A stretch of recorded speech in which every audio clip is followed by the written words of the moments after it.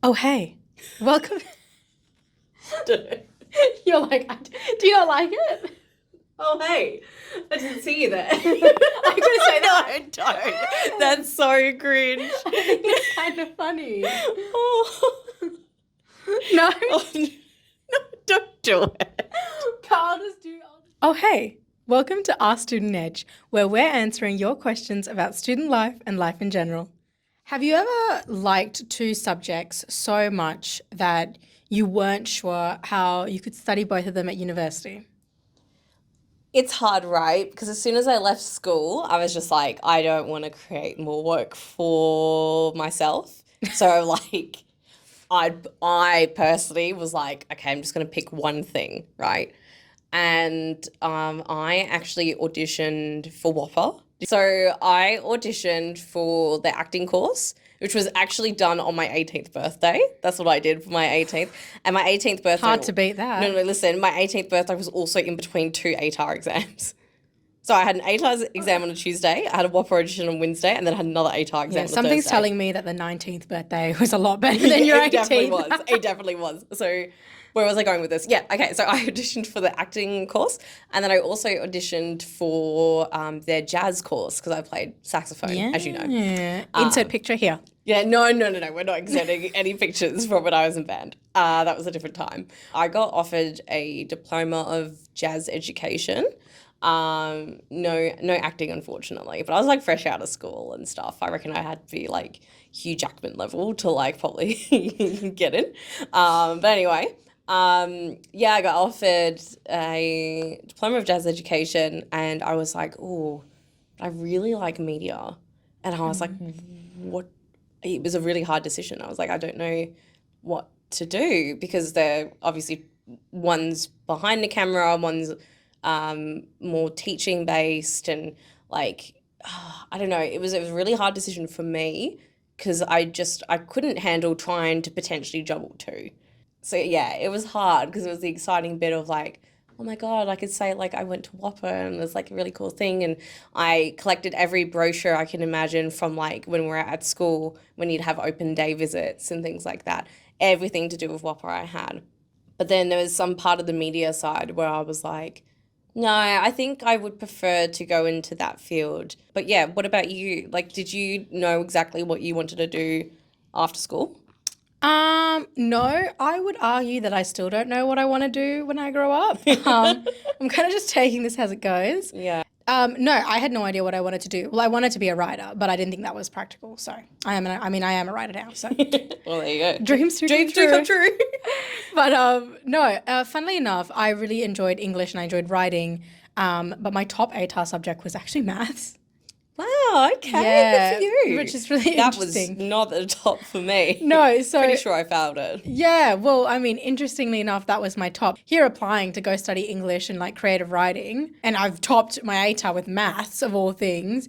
So then there was a part of me like, oh my gosh, should I actually be looking at a career in maths? Yeah, ultimately, I didn't choose math just because I was good at it because I wasn't passionate for about math. I was passionate about English and I was passionate about writing, and I wanted to pick something to study that I actually knew I would enjoy. I didn't want Yeah. to pick something that I was good at, but then would just grow to hate in 3 years because it is a Yeah. long time to study something and it's an even longer time to work in that field. So I wanted to study something that I knew I would actually like. And I picked well, I think. Yeah. No, I think you did. I think it's really hard, as someone who has a sibling that's still in high school and stuff, kind of having to try and figure out, oh, what am I going to do for the rest of my life? Or feeling like you have to know exactly which degree you need to take after school, and then that's going to be your one and only thing. And I know that we had a couple of questions come through for the show about that as well. It's like, also, how am I supposed to know what to do with the rest of my life after school? Like, I don't know Yeah. what I'm supposed to do. And like, even what you were saying earlier, sometimes I'm like, I don't even know what I'm supposed to do. I studied film and now I'm doing, content producing, a little bit of social media stuff here.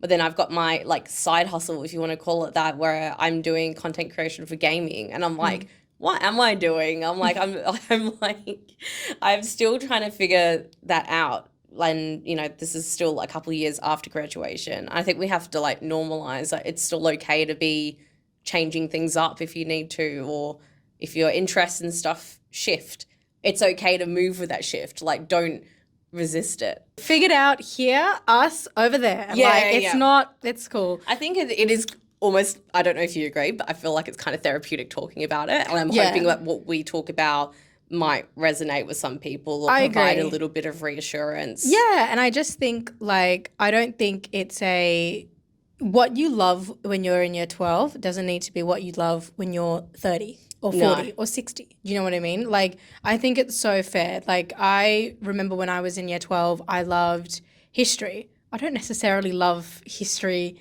the way I loved it in year 12. Like it's just it's a different phase of my life. And I think as well what a lot of people don't realize is even if you have two completely separate interests once you're in year 12 and you're not sure how you can pair those together, look at universities or look at different like learning opportunities that allow you to do a double degree.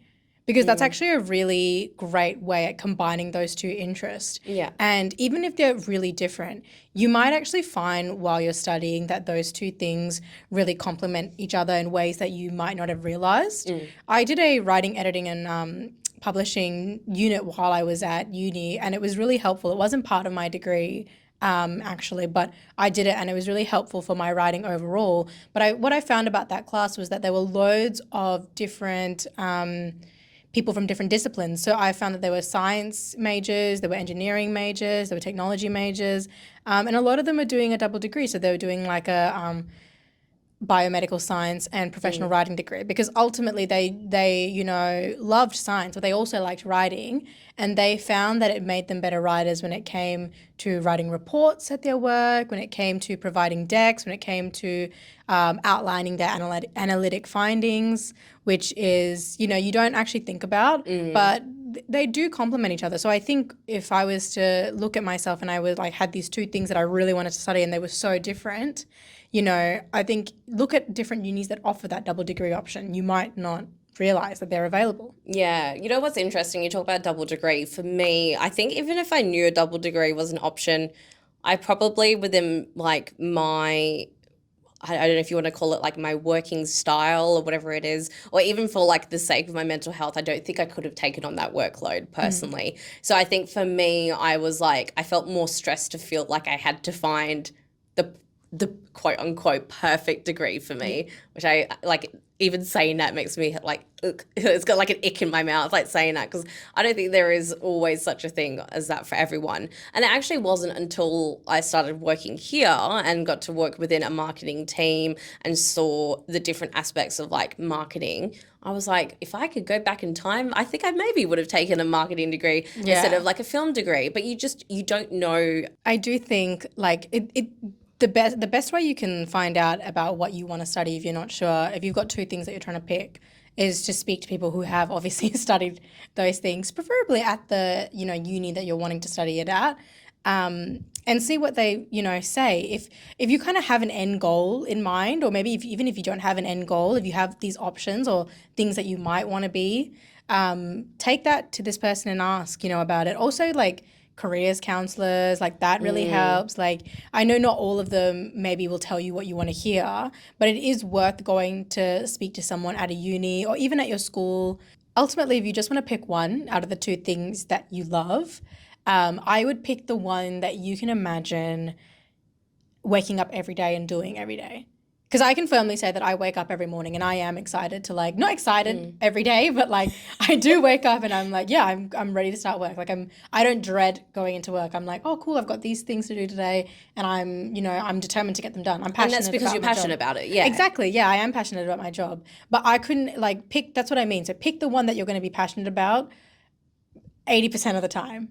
Because you don't want to pick a job that you might be interested in, realize that you actually like hate it a lot, because you'll hate it. Yeah, you know what? I remember I had this mentality when I was at school in year 12 where I was like, I just have to get the best marks possible for my ATAR, so I give myself more options, and a higher ATAR will give me more opportunities. And how wrong was I? And also looking back at myself, I'm thinking, girl, even if you had a 99.95 ATAR, you were not going to go off and do physics. Like you were not going to. So why did you think you had to stress I- yourself over getting a bigger score? I agree. I actually like, when was the last time you thought about your ATAR? Like, forget the Roman Empire. I want to know, when was the last time you thought about your ATAR? No. I genuinely don't even think I remember my ATAR.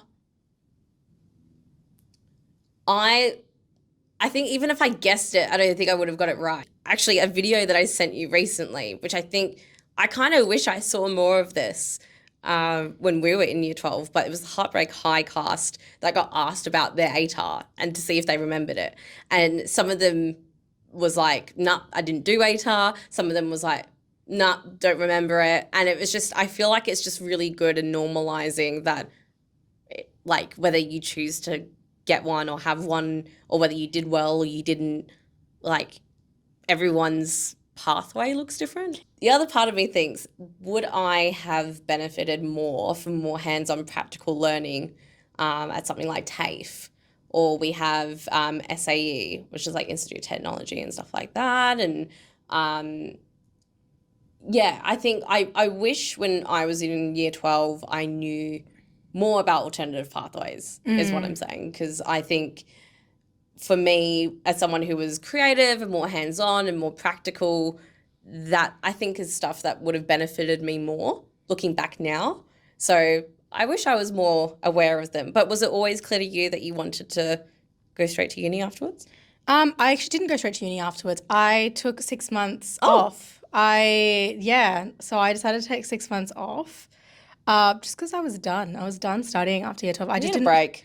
Yeah, You deserve it. Thank you. Yeah. I know. I did deserve it. I And wish I took a break, actually, looking back. I think I actually would recommend everyone to take a break. No one needs to be studying for that long. Like, do you know what I mean? Like, year 12's tough when you're doing ATAR. No one needs to, like, go from ATAR to uni. You said something really good in the first episode where it's like, you know, primary school you're a student, high school you're a student, and then you're like the only kind of life you've ever known is as a student again. Yeah. Must be nice to have that little break in Oh, it was between so high school great. and uni then. It was so nice. Like, one of my friends took 6 months off with me and we just like hung out. Like, it was so good. Like, it was just really nice to not actually have to study. It was nice to explore my interests. It was nice to take things as they come. Like, it was great. All right, so for those who are interested in more than one topic, right, and they might be a little bit confused as to what degree to go with or what to study, what would you say? I'd say you have a few options. So I'd say A, you could do a double major or a double degree. B, you could really think hard about which of the two you love more and which of the two you could envision yourself doing for the rest of your life. Or C, you could take 6 months to a year off so you can actually have some time to think about it. Or D, now this one's just out of control crazy here. You could pick one, and if that doesn't work out, you can know that it's going to be okay and that you could always pick the other. Or you can even find another interest that you didn't know you had and, you know, go down that path too. Who's to say that the degree you end up doing is even the line of work that you'll go into? Yeah. Certainly not me. No, I think you made some really good points there. And I think what's really important is, and I know this is how I would have felt, so I might be speaking for myself here, but I'm sure I'm not alone.